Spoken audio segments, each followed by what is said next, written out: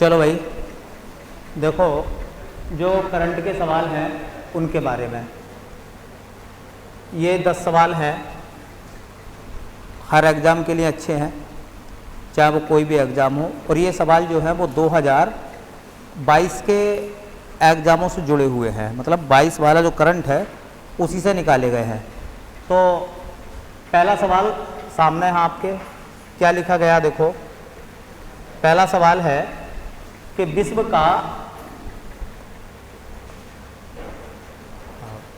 का सबसे लंबा रेल प्लेटफार्म कौन सा है? तो पहला ऑप्शन है श्री सिद्धारूढ़ स्वामी जी, हुबल्ली जंक्शन, कर्नाटक।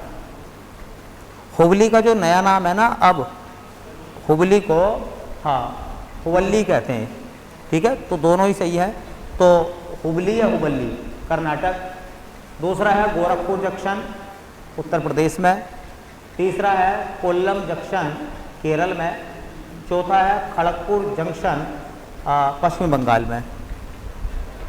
तो सुना होगा आपने कि जो सबसे बड़ा या सबसे लंबा रेल प्लेटफार्म है हमारा, वो कौन सा बना है? श्री सिद्धारूढ़ स्वामी जी, हुबल्ली जंक्शन, कहाँ का? अब जैसे एसएससी है ना, या और एग्ज़ाम है, वो करते क्या है, उन्हें पता है कि सब ने रट लिया। वो पूछेंगे कि बताइए दुनिया का तीसरा या भारत का तीसरा सबसे लंबा रेलवे प्लेटफार्म कौन सा है, जो तीसरे नंबर का है। सबसे पहला तो सबको पता है, हुबली या हुबल्ली जंक्शन का है। तीसरा बताओ कौन सा? तो तीसरा खड़गपुर का है, ठीक है। लेकिन देखो अब कौन सा है उसको देखना है।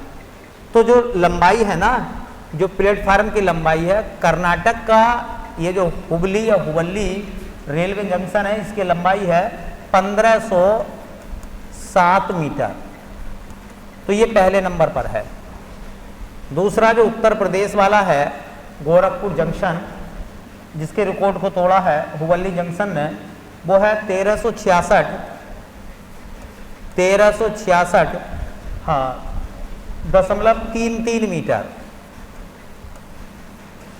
दुनिया में और भारत में तीसरा रेलवे जंक्शन जो है वो है केरल का कोल्लम, 1180 मतलब 1180.5 मीटर।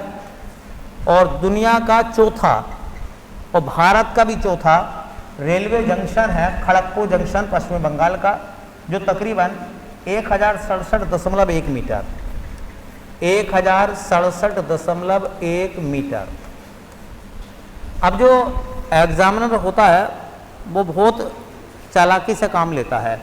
जैसे उसने सवाल या तो सामान्य सवाल आपसे मालूम कर लेगा, ये सवाल पूछेगा कि बताओ भारत का या विश्व का सबसे लंबा प्लेटफार्म कौन सा है। तो आप कह सकते हो हुबल्ली जंक्शन, कहाँ का? कर्नाटक का। दूसरा सवाल वो ये मालूम कर सकता है कि अभी अभी या हाल फिलहाल में गोरखपुर रेलवे जंक्शन के प्लेटफार्म को पीछे छोड़ते हुए किस राज्य का प्लेटफार्म विश्व का सबसे लंबा प्लेटफार्म बना है? तो वो राज्य हो जाएगा कर्नाटक। अच्छा, ये भी सवाल आपसे मालूम कर सकता है कि बताइए दुनिया का या भारत का तीसरा सबसे लंबा प्लेटफार्म कौन सा है? तो कौन सा है? कोल्लम जंक्शन। कोल्लम जंक्शन कहाँ पड़ता? केरल में। तो याद कर लो हाथों हाथ। देखिए, भारत का सबसे लंबा या विश्व का सबसे लंबा प्लेटफार्म जो है वो है हुबल्ली जंक्शन, कहाँ का? कर्नाटक का। दूसरे नंबर पर कौन सा आता है? गोरखपुर जंक्शन, उत्तर प्रदेश। तीसरे नंबर पर कौन सा है? कोल्लम जंक्शन, कहाँ का? केरल का। और चौथे नंबर पर कौन सा है? खड़गपुर जंक्शन, कहाँ का? पश्चिम बंगाल का।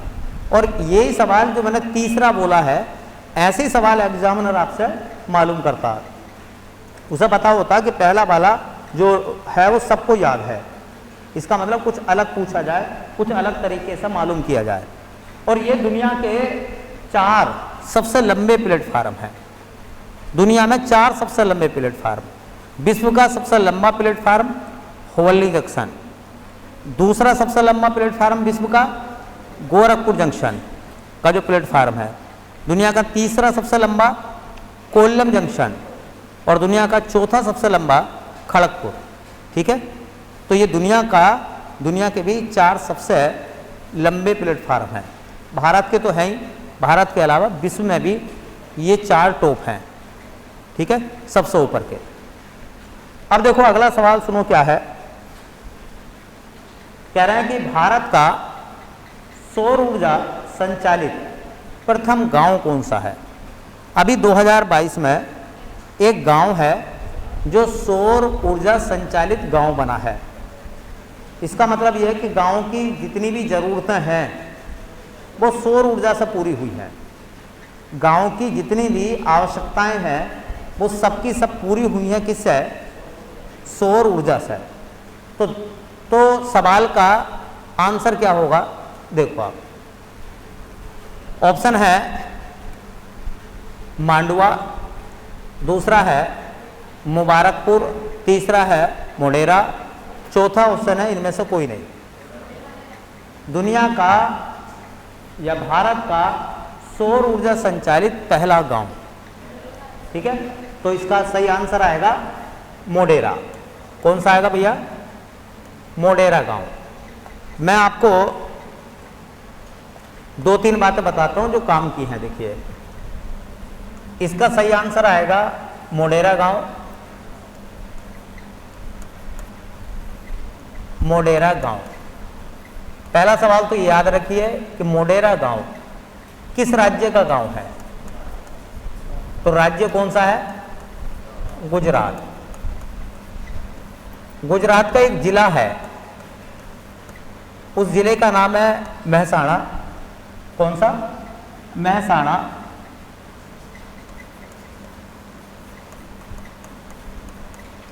मेहसाणा जिला। जिस नदी के किनारे पर यह गांव है उस नदी का नाम है पुष्पावती नदी। क्या नाम है? पुष्पावती नदी।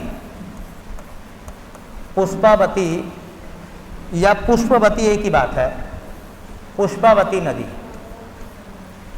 ठीक है, अब एसएससी जैसे एग्जामिनर जो है या एग्जाम जो है वो ऐसे सवाल पूछ लेता कि बताओ पुष्पावती नदी किस राज्य में बहती है। अब एक सवाल है पुष्पावती नदी किस राज्य में बहती है, तो पुष्पावती नदी किस राज्य में बहती है ये सवाल पूछ लेंगे तो गुजरात में है। ठीक है, अच्छा सवाल ये है कि ये जो मोढेरा है ना, मोढेरा में एक मंदिर है जिसके लिए फेमस है। उस मंदिर का नाम है सूर्य मंदिर। अब देखो ये है सूर्य मंदिर। अब आप कहोगे कि भैया सूर्य मंदिर जो है वो तो हमने कहीं और पढ़ा है। भाई सूर्य मंदिर कहाँ का है? उड़ीसा का। ऐसा नहीं है, जो सूर्य मंदिर है वो उड़ीसा में है, सूर्य मंदिर गुजरात में भी है, सूर्य मंदिर तो आपके उत्तराखंड में भी है, उत्तराखंड स्टेट में भी सूर्य मंदिर है। ठीक है, तो कई जगह सूर्य मंदिर हैं, ऐसा नहीं है कि एक ही है। हाँ, सबसे फेमस जो है वो कोणार्क का सूर्य मंदिर आता है जो सबसे फेमस है। ये जो सूर्य मंदिर है इसके सवाल आपसे पूछ लेंगे। ये जो सूर्य मंदिर है इसका निर्माण किसने कराया था? सूर्य मंदिर का निर्माण किसने कराया था? तो एक राजा हुए थे चालुक्य वंश के जिनका नाम था भीम प्रथम। भीम प्रथम। इसका निर्माण 1026 से 1027 के बीच हुआ और इस मंदिर का निर्माण कराया था भीम प्रथम ने। और ये भीम प्रथम जो थे वो किस वंश के थे? चालुक्य वंश। चालुक्य वंश के राजा भीम प्रथम ने इस मंदिर का निर्माण कराया। और ये मंदिर किस गांव में है? मोढेरा गांव में है। ठीक है, तो एक वजह तो यह है कि मोढेरा गांव में सूर्य मंदिर है जिसको भीम प्रथम ने बनवाया था। और उसी मोढेरा गांव को पूरे भारत का 24 घंटे 24 गुणा 7, 24 गुणा 7 का मतलब समझ रहे हैं ना, 7 दिन और 24 घंटे सौर ऊर्जा की प्राप्ति होगी। उस गांव की सभी ज़रूरतें सौर ऊर्जा से पूरी होंगी। तो ये जो सवाल है मोढेरा का सवाल जो है, यह भारत का प्रथम सौर ऊर्जा से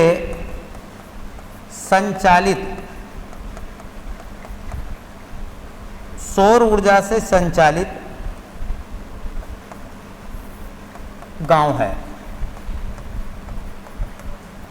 इसका मतलब यह हो गया कि इस गांव की सभी जरूरतें किसके माध्यम से पूरी होंगी? सौर ऊर्जा के माध्यम से पूरी होंगी इस गांव की सभी जरूरतें।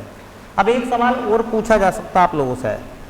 सवाल ये पूछा जा सकता है कि मोढेरा जो कि भारत का पहला सौर ऊर्जा संचालित गांव बना है, तो इस गांव को सौर ऊर्जा से संचालित करने के लिए कौन सी परियोजना चलाई गई है? किस योजना के माध्यम से इस गांव को सौर संचालित गांव बनाया गया है? तो योजना जरूर याद रखें, ये सौर ऊर्जा संचालित गांव बना मोढेरा, ये किस योजना के तहत बना? तो योजना का नाम जरूर लिखें। हाँ, उसका नाम आता है सूर्यग्राम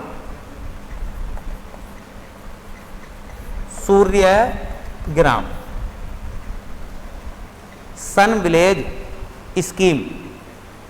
ठीक है, गांव का सूरज है ये। तो इसमें करा क्या होगा इन्होंने?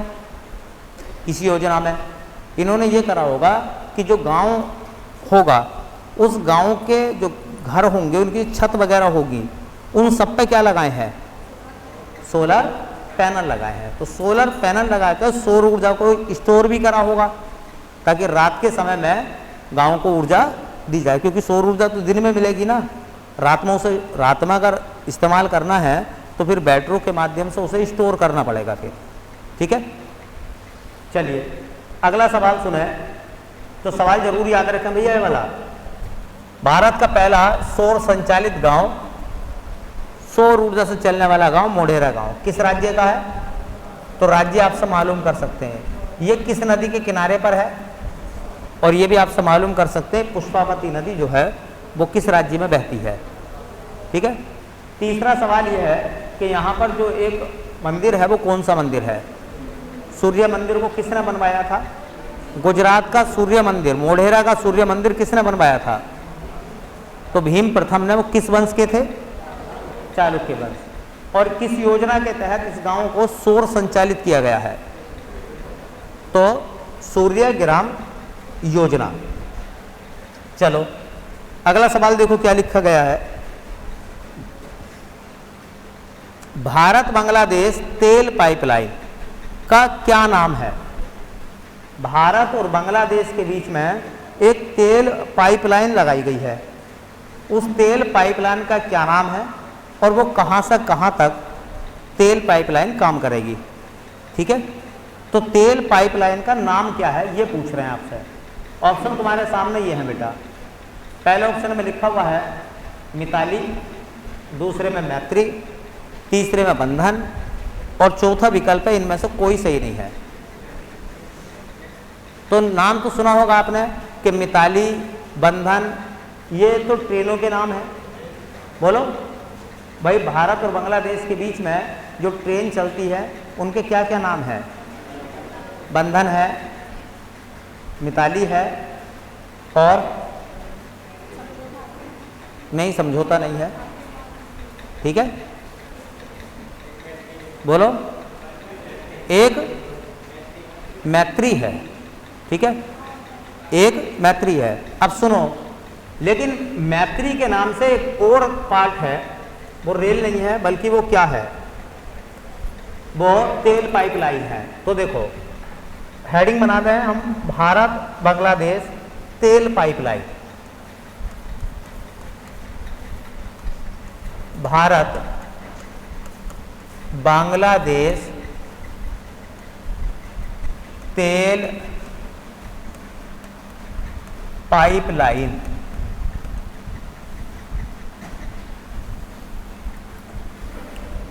पहला सवाल यह है, इसे नाम क्या दिया गया है? तो बेटा इसका नाम रखा गया है मैत्री। क्या नाम है? मैत्री। इसकी लंबाई कितनी है? तो इसकी लंबाई है 131.57 किलोमीटर। किन किन देशों के बीच में है? तो देश दो हैं, भारत और बांग्लादेश। भारत और बांग्लादेश। कहाँ से कहाँ तक ये पाइपलाइन काम करेगी? तो सिलीगुड़ी से, सिलीगुड़ी बता सकते हैं कहाँ है? हाँ, पश्चिमी बंगाल। पश्चिमी बंगाल के सिलीगुड़ी से लेकर बांग्लादेश में एक जगह पड़ती है पार्वतीपुर। क्या नाम है उसका? पार्वतीपुर। हाँ, तो पार्वतीपुर तक,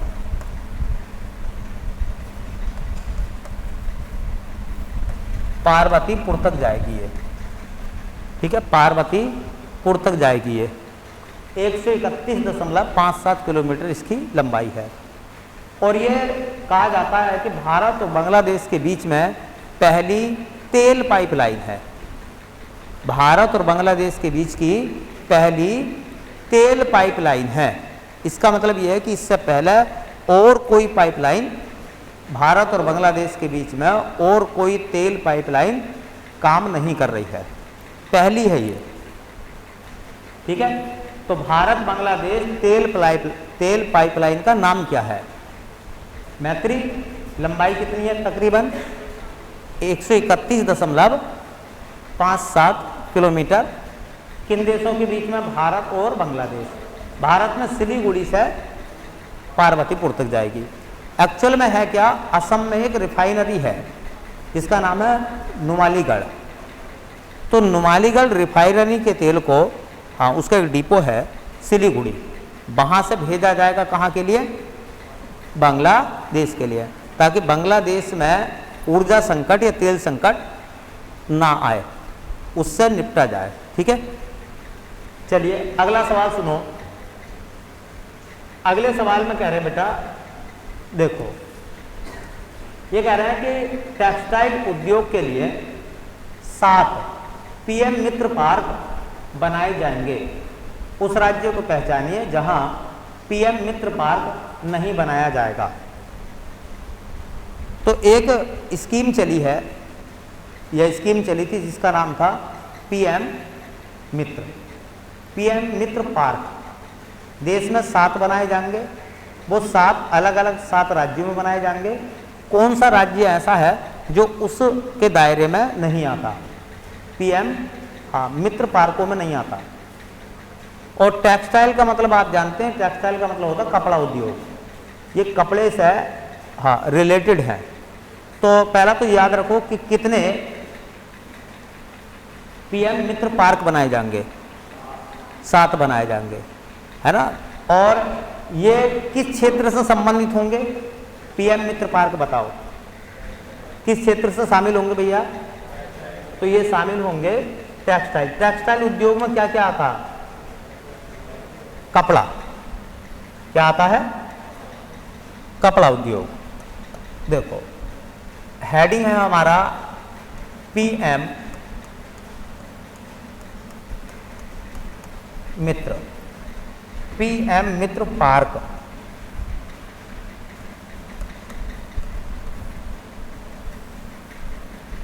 एक तो इसका नाम ऐसा मिलेगा आपको पेपर में, पीएम मित्रा। तो पीएम से वही हो गया प्रधानमंत्री। ठीक है, हाँ, तो पीएम से प्रधानमंत्री। ये जो एम बना है इसका मतलब होता है मेगा। ठीक है, हाँ, आई का मतलब होता है इंटीग्रेटेड।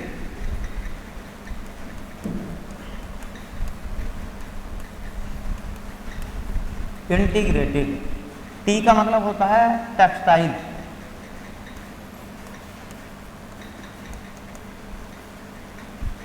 आर का मतलब होता है रीजन।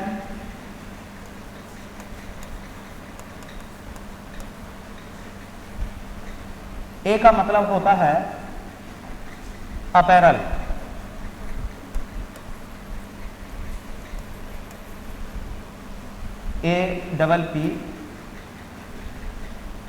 APPAREL। पता कभी कभी क्या होता है ना, इन्हीं में से पीएम मित्रा में पूछ लेगा कि टी क्या है। पीएम मित्रा में टी क्या है, टी का अर्थ क्या है यहाँ, तो टी का अर्थ है टेक्सटाइल। क्या है, टेक्सटाइल। अब दूसरा सवाल सुनो, पीएम जो मित्र पार्क हैं, ये पीएम मित्र पार्कों का संबंध किससे है?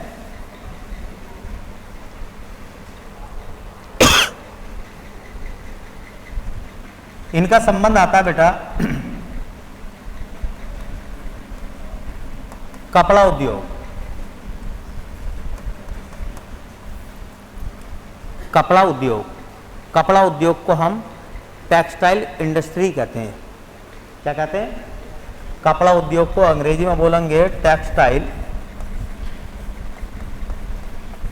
इंडस्ट्री।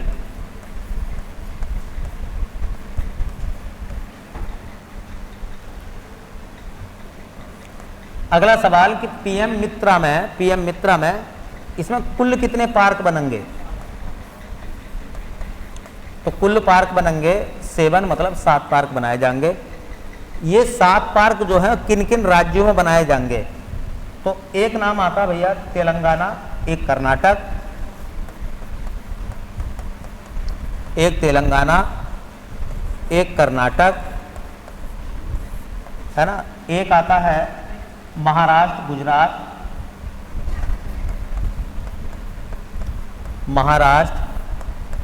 गुजरात, एक आता हमारा उत्तर प्रदेश और एक आता है मध्य प्रदेश।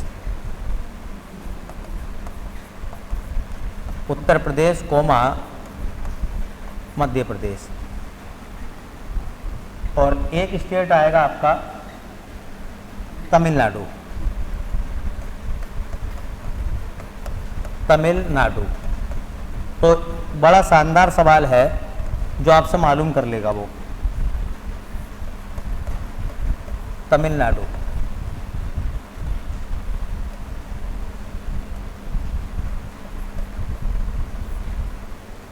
देखिए समझ लो एक बार, पीएम मित्रा में इसका पूरा नाम भी एग्जाम में आ सकता है। तो पी का मतलब होता है प्राइम मिनिस्टर, प्रधानमंत्री।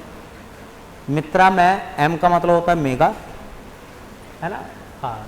आई का मतलब होता है इंटीग्रेटेड, टी का मतलब होता है टेक्सटाइल, आर का मतलब होता है रीजन, ए का मतलब होता है अपैरल।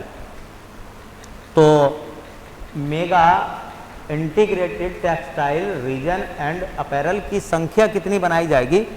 7। इसका संबंध किस क्षेत्र से है? तो कपड़ा उद्योग से। कपड़ा उद्योग को हम क्या कहते हैं? Textile industry. ठीक है, जैसे गुजरात का सूरत है ना, पंजाब का लुधियाना है कपड़े के लिए, है ना, यूपी में सूती वस्त्र वगैरह के लिए आता कानपुर, आता नहीं आता? ठीक है, इस तरह से कुल कितने पार्क बनाए जाएंगे बेटा? 7। एक बनाया जाएगा तेलंगाना में, एक कर्नाटक में, एक महाराष्ट्र में, एक गुजरात में, है ना, एक उत्तर प्रदेश में, एक मध्य प्रदेश में और एक तमिलनाडु में। ठीक है, तो नीचे से अगर इंडिया के नक्शे को देखोगे तमिलनाडु के ऊपर चले जाओगे तो मिलेगा तेलंगाना, तेलंगाना की साइड में निकल जाओगे तो कर्नाटक के ऊपर चले जाओगे महाराष्ट्र से थोड़ा ऊपर को चलो गुजरात, बोलो, गुजरात से थोड़ा ऊपर जाओगे मध्य प्रदेश, और मध्य प्रदेश की सीमाएं लगती हैं उत्तर प्रदेश से। तो ऐसे याद रखो लो, उत्तर प्रदेश, उसके नीचे मध्य प्रदेश, उसके नीचे गुजरात, उसके नीचे महाराष्ट्र, उसके नीचे कर्नाटक, उसके नीचे आंध्र प्रदेश, तेलंगाना, और तेलंगाना के नीचे 7 हो गए। ठीक है, चलिए अगला सवाल क्या कह रहे हैं? देखो अगले क्वेश्चन में क्या कह रहे हैं? अगले सवाल में कहा गया था कि भारत का पहला अंतर्राष्ट्रीय बुलियन एक्सचेंज कहाँ स्थापित किया गया है?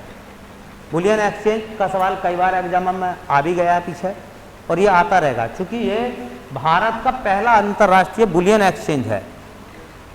भारत का पहला अंतर्राष्ट्रीय बुलियन एक्सचेंज है, ठीक है। हाँ, भारत का पहला अंतर्राष्ट्रीय बुलियन एक्सचेंज। ऑप्शन देखो क्या क्या बेटा। ये कह रहे हैं गांधीनगर में बनाया गया है, हाँ, अहमदाबाद में बनाया गया है, सूरत में बनाया गया है, या पटियाला में बनाया गया है। बुलियन एक्सचेंज, यहाँ से क्या होगा ना, यहाँ से सोना वगैरह जो है स्टोर किया जाएगा और हाँ, उसे जो वो इंडस्ट्री में लगाया जाएगा, आभूषण वगैरह में, ठीक है।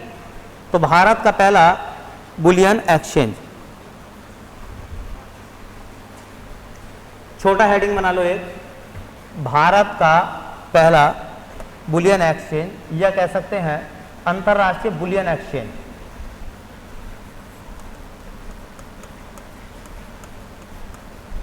अंतर्राष्ट्रीय बुलियन एक्सचेंज।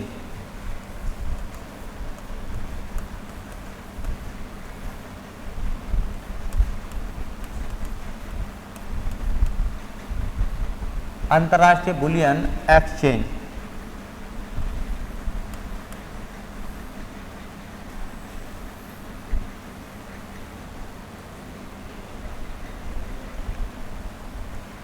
इस बुलियन एक्सचेंज को कहाँ बनाया गया है? तो गांधीनगर में बनाया गया है। किस स्थान पर लगाया गया है ये? गांधीनगर। और गांधीनगर कहाँ है? गुजरात में। और आपको पता होगा एक सवाल आता है कि भारत का पहला नियोजित शहर, नियोजित जो एक नक्शे पर बना, तो चंडीगढ़, और चंडीगढ़ के बाद में भारत का दूसरा नियोजित शहर तो वो गांधीनगर। भारत का पहला ग्रीन सिटी चंडीगढ़ और दूसरा ग्रीन सिटी गांधीनगर। चंडीगढ़ को किसने डिजाइन किया था?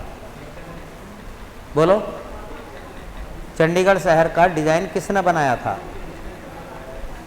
लुटियंस ने तो दिल्ली को बनाया था, ली कार्बूजियर। और ली कार्बूजियर ने ही डिजाइन किया था किसको? गांधीनगर को, ठीक है। दोनों का वास्तुकार एक ही है। देखिए इसमें होगा क्या, इसमें होगा ये, भारत में बुलियन आयात का, हाँ, इसे जो है इस तरीके से हब बनाया जा रहा है कि भारत में बुलियन आयात का ये प्रवेश द्वार कहलाएगा। इसमें क्या होगा, जो सोना वगैरह है ना, हाँ, वो रखा जाएगा, ठीक है। सोना वगैरह हाँ रखा जाएगा। सोने का कारोबार होगा, मतलब यहाँ से सोने का चांदी का कारोबार होगा, यहाँ से बुलियन एक्सचेंज से, ठीक है। जैसा शेयर बाजार में नहीं होता स्टॉक एक्सचेंज, वैसे ही हाँ वो शेयर का आदान प्रदान करते हैं, शेयर को खरीदते और बेचते हैं। इसमें सोने का होगा व्यापार, यहाँ से बुलियन एक्सचेंज है। तो इसे भारत में बुलियन आयात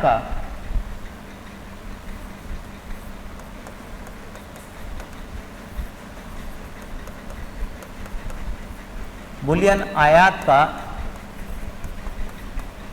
केंद्र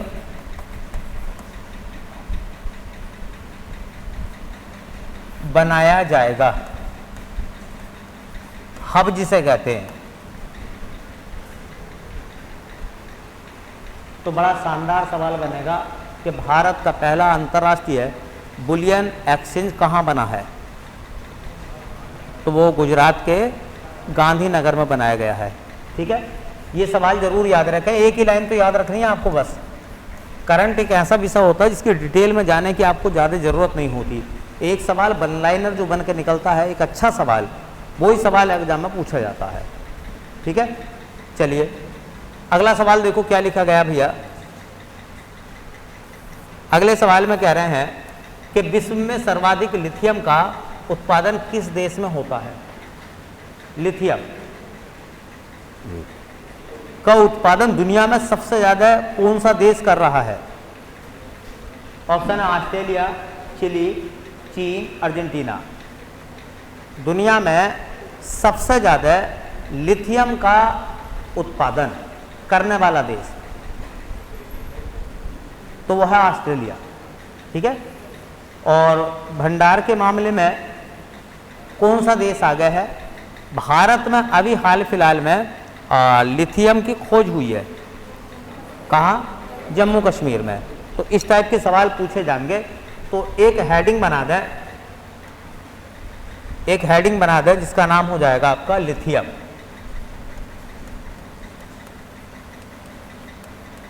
आपने केमिस्ट्री में पढ़ा भी होगा Li, है ना, हाइड्रोजन, हीलियम, लिथियम। देखो सबसे पहला हाइड्रोजन, सबसे हल्का तत्व जो कि गैस भी है। फिर है उसके बाद में हीलियम, पहली अक्रिय गैस। फिर है लिथियम, पहली धातु। सबसे हल्की धातु यही है क्योंकि इसका परमाणु क्रमांक 3 ही तो होता। तो ये सबसे हल्की धातु है, ये सबसे हल्की धातु है। कौन? लिथियम। तो एक सवाल तो चूंकि लिथियम चर्चाओं में है, तो एक सवाल तो ये याद रखो कि विश्व में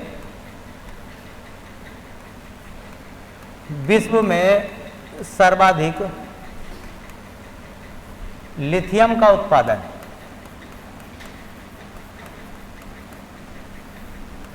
लिथियम का उत्पादन दुनिया का पहला देश जो सबसे ज़्यादा लिथियम का उत्पादन करता है, तो पहले नंबर पर है ऑस्ट्रेलिया। अगर दूसरा मुल्क पूछने लगे ना तो आ जाएगा चिली। चिली की राजधानी बताओ। चिली की राजधानी क्या है? सैंटियागो। अगर सवाल ये पूछ लें कि विश्व में सर्वाधिक लिथियम का भंडार, सर्वाधिक लिथियम का भंडार, तो वो आता है बेटा चिली में। कौन सा देश है? चिली। चिली की राजधानी अभी क्या बताई थी? सैंटियागो। देखिए भारत में लिथियम की खोज किस राज्य में हुई है? भारत में लिथियम खोजा गया है अभी 2022 में। भारत में लिथियम के निक्षेप मिले हैं कहाँ? जम्मू कश्मीर में। तो ये भी सवाल अच्छा है, जम्मू कश्मीर, है ना। एक अच्छा सवाल बनेगा कि देखिए भारत का पहला लिथियम सेल निर्माण संयंत्र, भारत का प्रथम लिथियम सेल निर्माण संयंत्र किस राज्य में बनाया गया है, लगाया गया है? तो उसका नाम है तिरुपति। क्या नाम है? और ये जो तिरुपति है ये आंध्र प्रदेश का है, आंध्र प्रदेश। अच्छा, लिथियम का यूज क्या हो सकता है बेटा? बैटरी में, बैटरी में। अब जो है ना, देखो लिथियम एक तो मैंने बताया सबसे हल्की धातु है, ठीक है। तो जो चार्जेबल बैटरी होती हैं जिन्हें आप बार बार रिचार्ज कर सकते हैं, मतलब चार्ज कर सकते हैं, ऐसी बैटरियां बनाई जाएंगी, ठीक है। ऐसी बैटरियों का निर्माण किया जाएगा भारत में भी। तो तुमने देखा होगा कि वो जो इलेक्ट्रिक बसें हैं, ठीक है, तो अब ऐसी चीज़ें बनाई जाएंगी। एक तो बिजली की हो गई जो लाइट से चल रही है मान लो, एक वो बैटरी से चलने वाली जैसे ई रिक्शा आपने देखा होगा, ठीक है। तो ये जो है, एक तो जो लिथियम की बैटरी होंगी ये जल्दी ख़राब नहीं होंगी, दूसरा इनकी जो चार्ज करने की जो क्षमता है वो बेहतर होगी, ठीक है, ठीक है। तो इन सब चीज़ों का निर्माण इनसे किया जाएगा। तो पहला सवाल सुन लो, दुनिया में सबसे ज़्यादा लिथियम का उत्पादन करने वाला देश कौन सा है? लिथियम का दुनिया में सबसे बड़ा भंडार, बोलो चिली में। हाँ, भारत में लिथियम के निक्षेप कहाँ खोजे गए हैं? जम्मू कश्मीर में। और भारत में लिथियम की, देखो सेल का मतलब होता है बैटरी, यहाँ सेल का मतलब क्या है, बैटरी। तो भारत की पहली लिथियम की बैटरी बनाने वाला कारखाना कहाँ लगा, तो तिरुपति में, जो कि आंध्र प्रदेश का है। और लिथियम का यूज किस में होता है, तो बैटरी बनाने में। सही है। चलिए अगला सवाल देखो, ये कह रहे हैं कि 32वां व्यास सम्मान 2022 किसे दिया गया है। ये 32वां व्यास सम्मान है, 32वां व्यास सम्मान।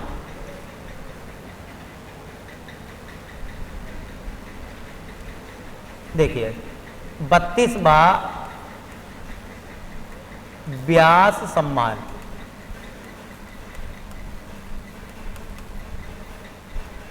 यह है तो 2022 का, लेकिन दिया गया है 23 में। ठीक है, तो ये जो है ना, ये 32वां है। पहला सवाल तो मुझे बताओ कि व्यास सम्मान किस क्षेत्र में दिया जाता है, साहित्य के क्षेत्र में।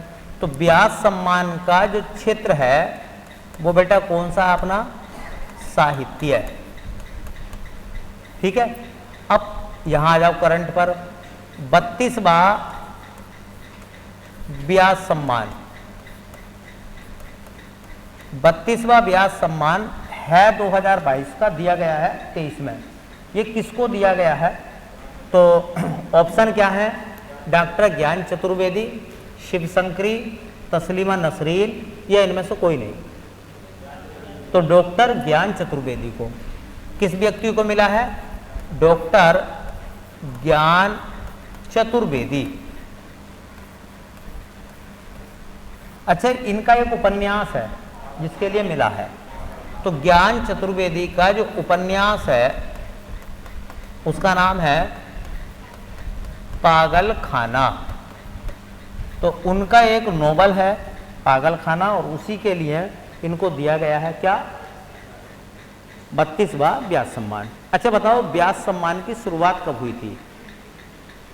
हर साल दिया जाता है, ये 32वां है, 32वां 2022 में दिया गया है। तो अब 32वां दिया गया है, तो 2022 से सीधा अब 32 साल पहले चले जाओ, तो 1991 में पहली बार पहली बार व्यास सम्मान दिया गया है। तो करंट में आपको इतना याद रखना कि 32वां व्यास सम्मान किसको दिया गया है और किस किताब के लिए मिला है। तो पुस्तक का नाम क्या है, पागल खाना, और लेखक का नाम है डॉक्टर ज्ञान चतुर्वेदी। ठीक है। अच्छा बताओ, मैंने बताया था शिवशंकरी को कौन सा सम्मान मिला है, बोलो।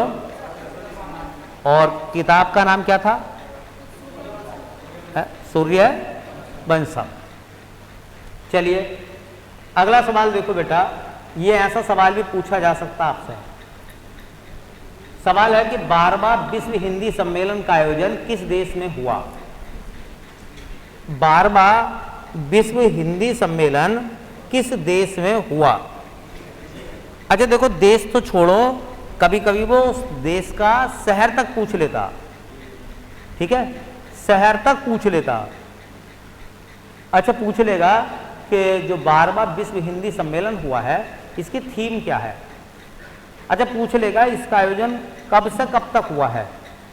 ठीक है, पूछ लेगा आपसे कि बताइए कि जो पहला विश्व हिंदी सम्मेलन था वो कब हुआ था, है ना, पहला विश्व हिंदी सम्मेलन कब हुआ था, तो ये भी आपसे मालूम कर लेगा। तो देखो हेडिंग बना दो आप, 12वां विश्व हिंदी सम्मेलन। तो कौन से नंबर का है ये, इसका मतलब इससे पहले कितने हो चुके हैं।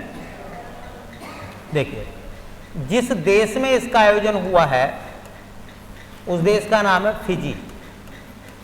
अच्छा कोई बताएगा फिजी देश की राजधानी क्या है? फिजी की राजधानी सुबा। ठीक है, सुबा उसकी राजधानी है। फिजी के किस शहर में इसका आयोजन हुआ है? तो एक शहर का नाम याद रखें, हाँ नांदी शहर है, नांदी शहर। अच्छा एक बात याद रखना है, इसका आयोजन कब हुआ है, तो किस समय पर इसका आयोजन हुआ है, मतलब कितने दिन चला होगा ये, तो 15 से 17 फरवरी 2023 को हुआ है ये, ठीक है। बता सकते हैं इसकी थीम क्या रखी गई है? 12वें विश्व हिंदी सम्मेलन की थीम क्या रखी गई है? तो थीम है हिंदी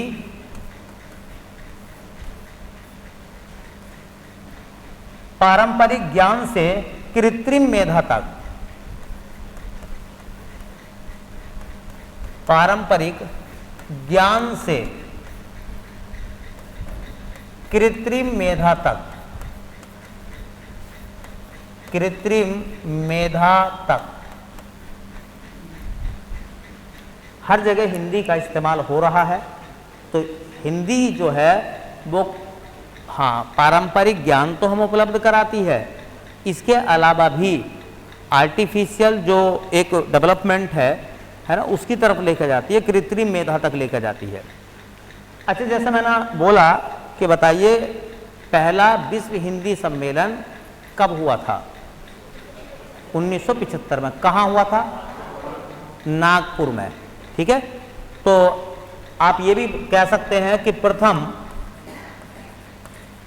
विश्व हिंदी सम्मेलन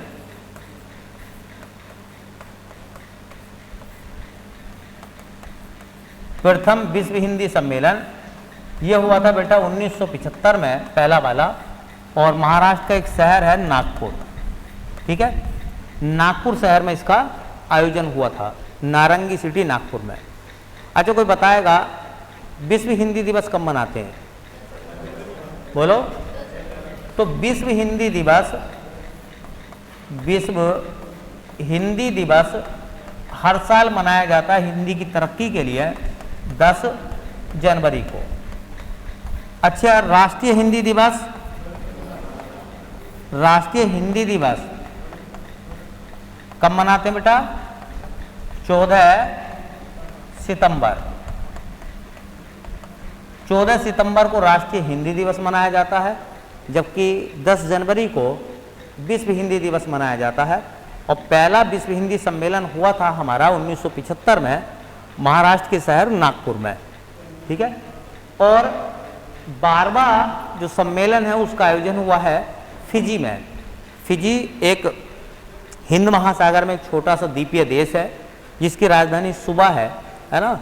उसका एक शहर है नांदी, है ना। वहीं पर इसका आयोजन हुआ है फरवरी के महीने में 2023 में।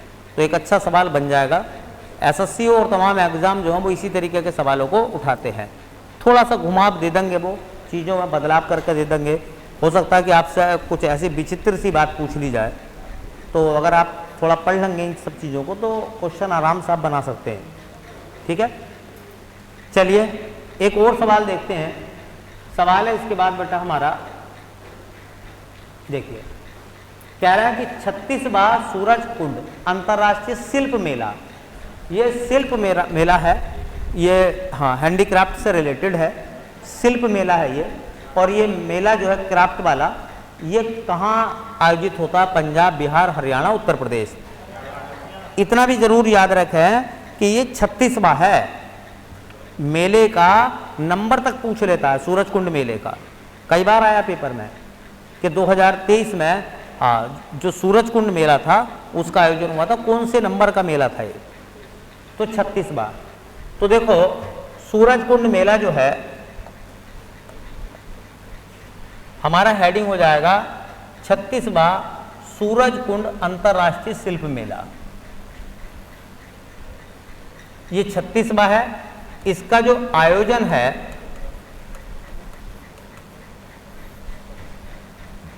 वो किस राज्य में होता है?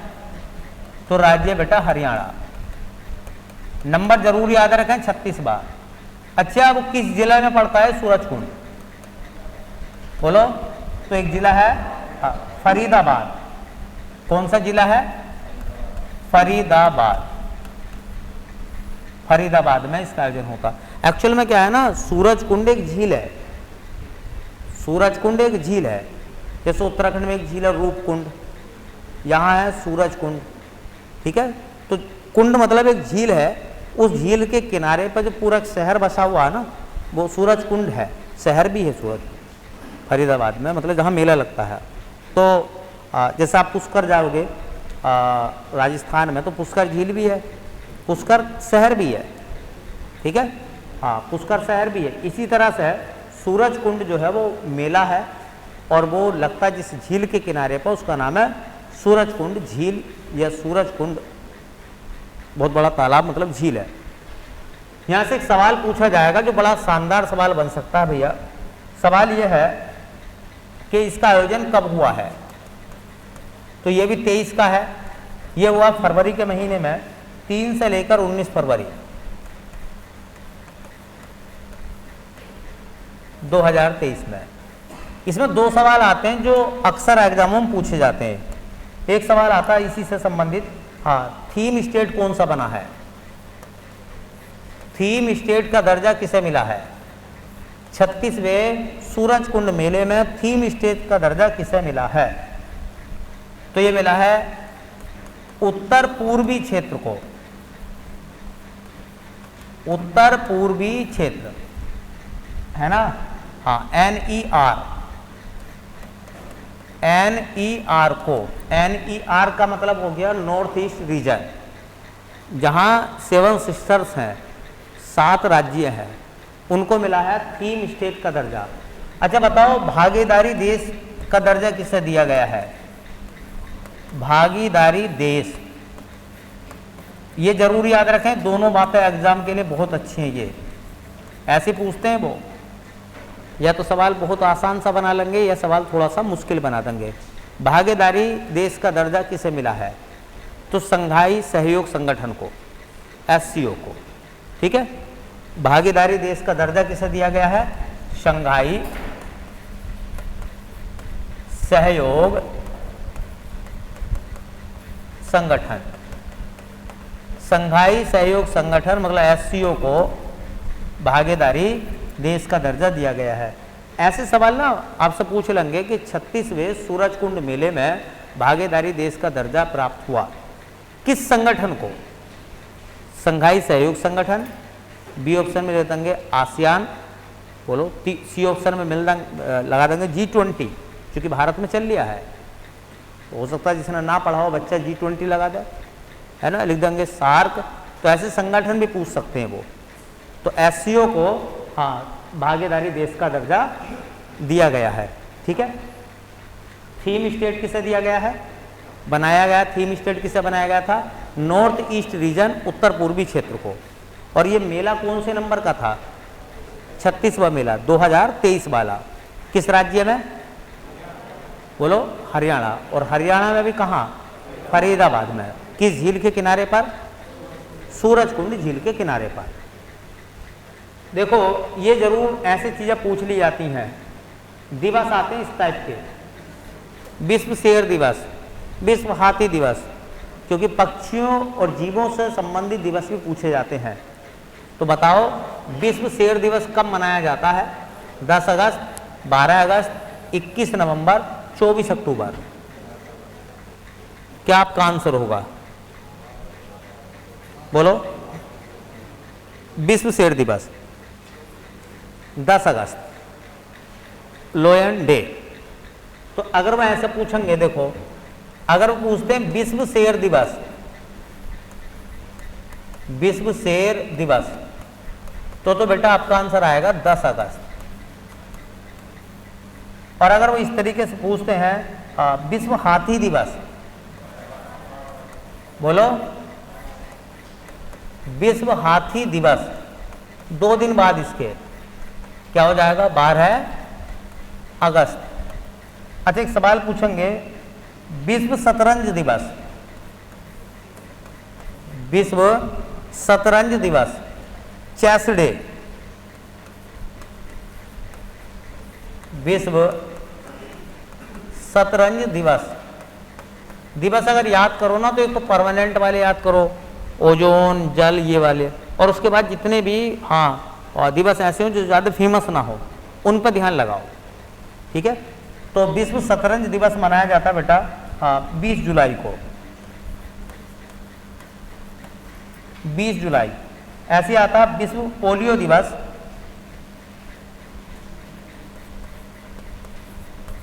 विश्व पोलियो दिवस।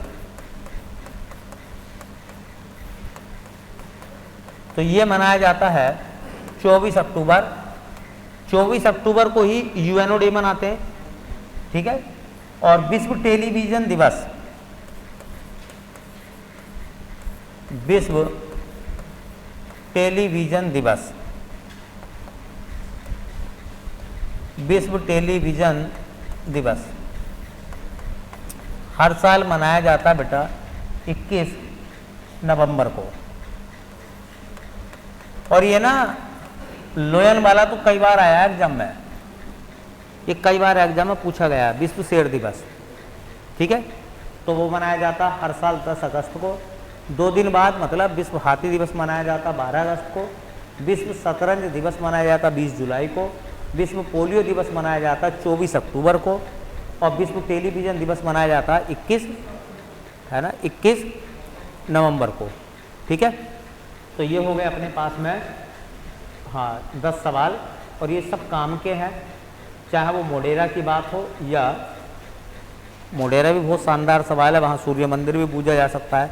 क्योंकि ऐतिहासिक सवाल जो एसएससी है ना, वो ऐसी जगह से उठा के लेकर आ रही है जहाँ आप विचार नहीं कर सकते, आपको बड़ा अटपटा लगेगा। पुष्पावती नदी पूछ लेंगे, ठीक है, बहुत छोटी नदी है, इस टाइप के सवाल, ठीक है। तो बाकी देखते हैं फिर नेक्स्ट क्लास में।